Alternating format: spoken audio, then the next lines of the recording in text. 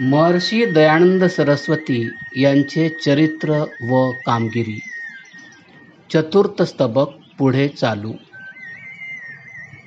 कुसुम तिसरे. येरगबाळांचे काम नव्हे. चिकित्सकाचे, सुधारकाचे अगदी प्रथमचे कर्तव्य म्हणजे त्याने स्वजातीची पूर्णपणे ओळख करून घेतली पाहिजे. या कामात थोडीशी कुचराई झाल्यास त्याचे सर्व परिश्रम फोल होतील.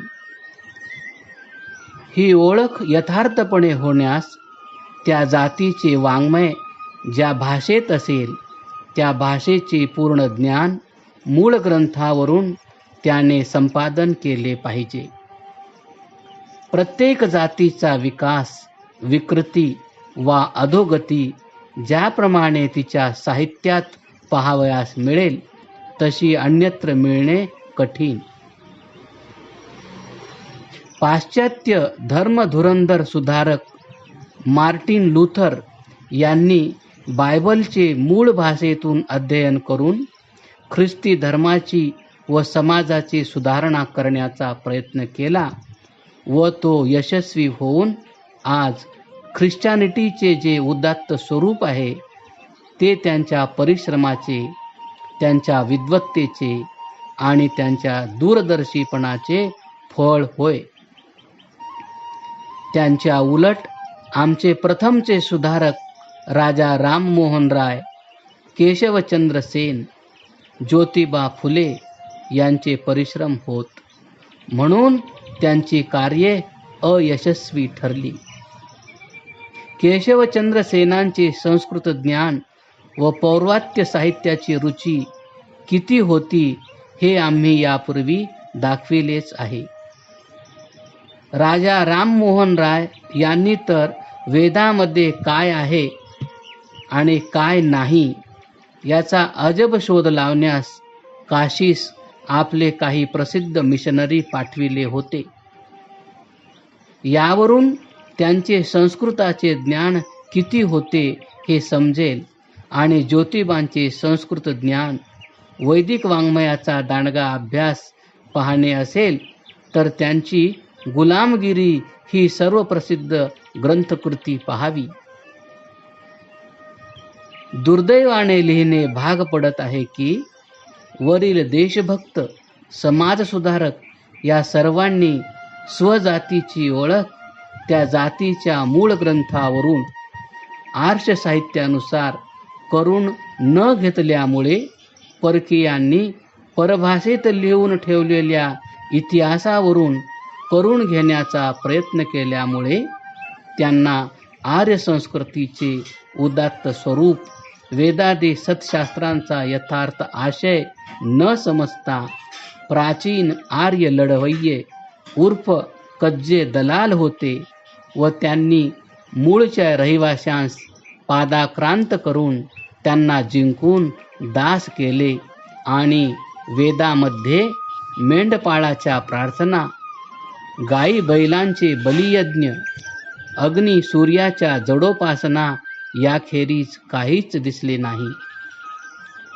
अशा स्थितीत हिंदू समाजाची योग्य चिकित्सा त्यांकडून न झाल्या कारणाने पौर्वात्य औषधे देण्याऐवजी पाश्चात्य औषधी व उपचार करून रोग्याला सुधारण्याचा त्यांनी निष्फळ प्रयत्न केला.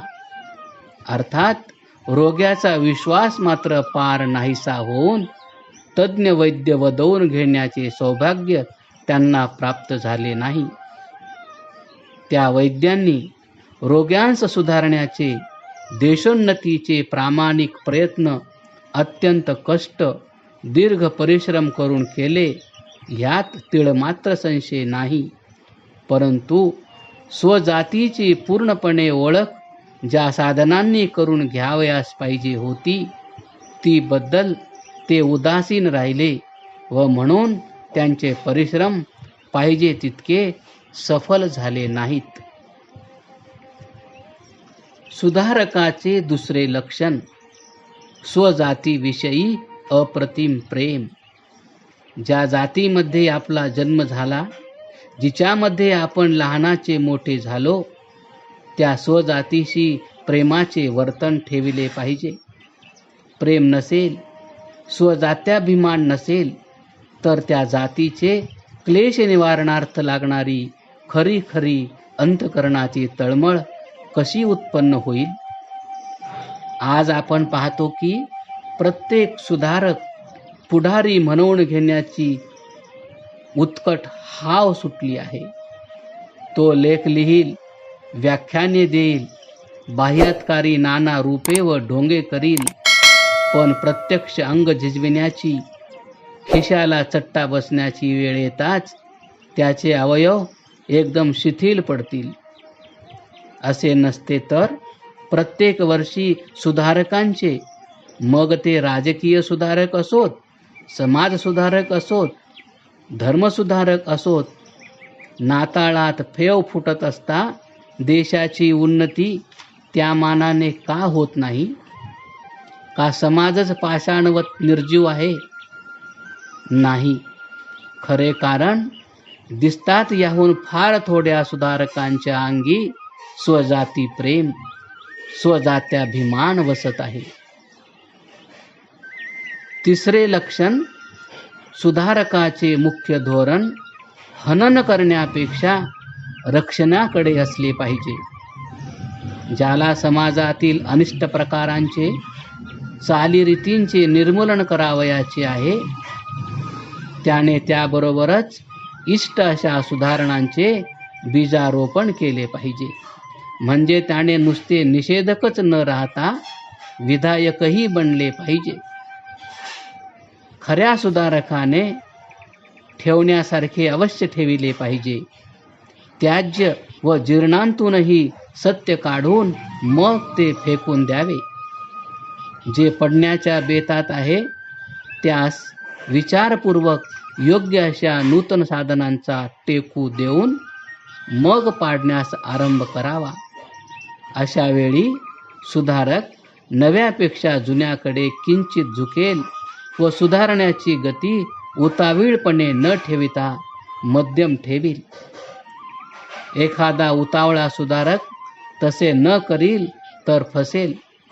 शांतता न बाळगील तर विचारशील राहणे शक्य नाही, आणि विचारशीलत्व नसेल तर रक्षण करणे दुर्घट होईल. सुधारकाचे चौथे लक्षण, सत्यनिष्ठा. कसल्याही संकटास न भीता अज्ञान बहुजन समाजाकडून होणाऱ्या निंदेस व छळास भीक न घालता खरा सुधारक सत्यनिष्ठेच्या बळे स्वकार्याविषयी अचल श्रद्धा बाळगतो. मार्टिन लूथर यांचा जेव्हा ख्रिस्ती धर्मीय गुरुवर्गाशी, पोपाशी लढा पडला, तेव्हा वार्म शहरी लूथर विरुद्ध एक टोले जंग जाहीर सभा भरविण्यात आली होती. त्या सभेत लूथरला हजर राहण्यास कळविले. या प्रचंड सभेत युरोपातील सर्व शक्ती लूथर विरुद्ध एकवटली असल्यामुळे लूथरच्या मित्रमंडळीने त्याला घरी राहण्यास आग्रहाने सांगितले. परंतु सत्यनिष्ठ लूथरने उत्तर दिले की, मित्र हो, though there should be as many devils at Worms as there are tiles on its roofs, I would enter it. Worms शहरातील छपरावरती जितकी कौले आहेत, तितके शत्रू शैतान त्या सभेमध्ये असतील तरी पण मी त्या सभेमध्ये प्रवेश करीनच. या वीरश्रीयुक्त उत्तराने त्याचे मित्र आश्चर्यचकित झाले. अखेर लूथर त्या सभेत हजर होऊन विजयशाली झाला. निर्भयत्व व आत्मबल ही सत्यनिष्ठेशिवाय कधीच निर्माण झाली नाहीत, होत नाहीत आणि होणारही नाहीत. 100 मनुष्यांनी सर्व बळ एकवटून प्रयत्न केल्यास एका दिवसात जंगली दुर्ग जमीनदोस्त करणे अशक्य. हजारो माणसांना एका तासात दाट जंगल तोडून सपाट मैदान करिता येणे कठीण. मग हजारो लाखो नव्हे कोट्यावधी मनुष्यांच्या अंतकरणात घरे करून राहिलेल्या कुरीती कुसंस्कार झटदिशी नाहीसे करणे हे काम सोपे कसे असेल. परंतु जे काम लाखो बेगडी चळवळ्यांना असाध्य ते काम एक अस्सल सत्यनिष्ठ सुधारक निर्भयतेने व आत्मबळाने करू शकतो. दुनियेत सत्याशिवाय असा एकही मुकुट नाही, राजदंड नाही, शस्त्र नाही, अगर राज्यछत्र नाही की जे धारण केले असता मनुष्य सर्वत्र निर्भय, शंकाशून्य व संकोचरहित राहून स्वतःचे जीवन घालविल. या जादूने सुधारकाला कशाची भीती नसते, कोणाच्या सामर्थ्याचा त्याला बाऊ वाटत नाही. प्रत्यक्ष राजा येऊन समोर उभा ठाकला तरी त्यालाही सुधारकाची गती रोखता येत नाही. 5वे लक्षण आत्मविश्वास. माझे कार्य सत्य आहे, केव्हा ना केव्हा दीर्घकालाने तरी त्याचा जय होईलच. सत्यमेव जयते नानृतम हे आप्तवाक्य कालत्रयीही खोटे होणार नाही. अशा प्रकारचा दृढ विश्वास जर त्याचे ठाई एक दिवस नसेल तर त्याचे पाऊल कधीही पुढे पडणार नाही. निराशा आणि संशय ह्यावर त्याने एकदम तिलांजली सोडली पाहिजे. ज्याच्या अंतकरणास नैराश्य वृश्चिक दंश करील, अगर संशय पिशाच्य धक्का देईल, तो विद्वत्तेने जरी प्रति बृहस्पती असला तदपि सुधारक मत पाळण्यास तो सर्वस्वी नालायकच समजला पाहिजे. निराशेच्या ऐवजी आशेची अभयवाणी ऐकता ऐकता संशयांधकाराचे बदली निश्चयतेच्या प्रकाशात रस्ता शोधता शोधता सुधारक सामाजिक रणभूमीवर प्रगतीच करीतो. चारी दिशा विपत्तीच्या वावटळाने भरून गेलेल्या असोत, लक्ष्मीच्या अवकृपेने तो मेटाकुटीस आलेला असो, तरी पण एक क्षणही निराश होत नाही. त्याचे मस्तक उडविण्यास तरवार उपसली जाओ, कठोर बंदिवासात त्याला कित्येक घोर रात्री कंठाव्या लागोत, जड लोह श्रंखलेने त्याचे शरीर कृश हो, तथापि एक दिवसही त्याला आपण चूक करतो असा संशय सुद्धा येणार नाही. समोर असलेली वस्तू त्याला जशी स्पष्ट दिसते तसाच भविष्यकाळचा जय हाही त्याच्या अंतःचक्षुपुढे असतो.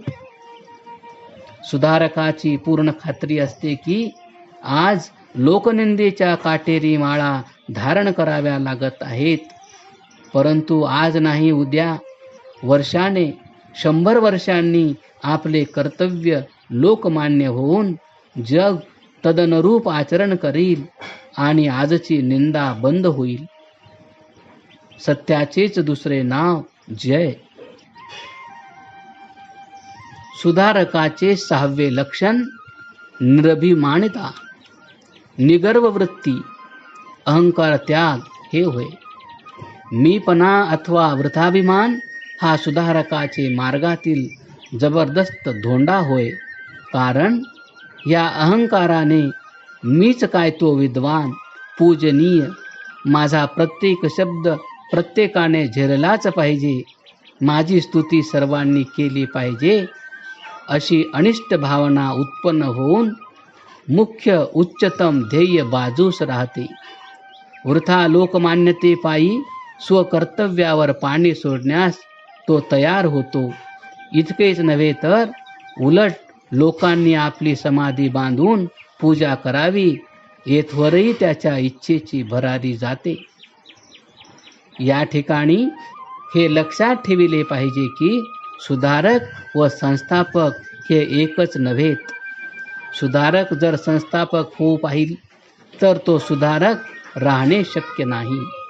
करिता जो कोणी सुधारक स्वतःला संस्थापक अगर धर्मप्रवर्तक म्हणू लागेल अथवा एखाद्या नूतन संप्रदायाचा पंथाचा स्थापक म्हणून लोकांमध्ये प्रसिद्ध पाऊ म्हणेल तर त्याला आत्मप्रभुत्व व आत्मप्रतिष्ठा यापासून एक क्षणही विरक्त राहता येणार नाही.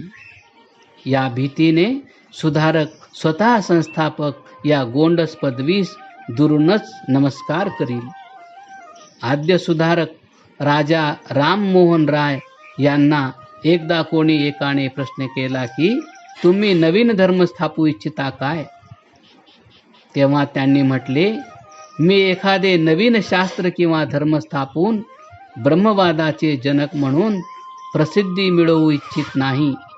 एवढेच नव्हे तर तशी कल्पना देखील अद्याप माझे मनाला शिवली नाही. मी फक्त लोकांना हेच दाखवितो की ब्रह्मवाद, एकेश्वरोपासना आमच्या मूळ वेद, उपनिषदादी धर्मशास्त्रात आहे, तिचा स्वीकार करा. असेच प्राचीन धर्मसुधारक महात्मा बुद्ध, ख्रिस्त, महम्मद यांनी कंठरवाने प्रतिपादन केले आहे. पण त्यांच्या शुद्ध उदात्त हेतूंचा त्यांच्या अनुयायांनी विपर्यास करून ईश्वर एक पण त्याचे धर्म शेकडो बनवून जगात कलहाचे बीज कायमचे रुजविले आहे. क्रमशः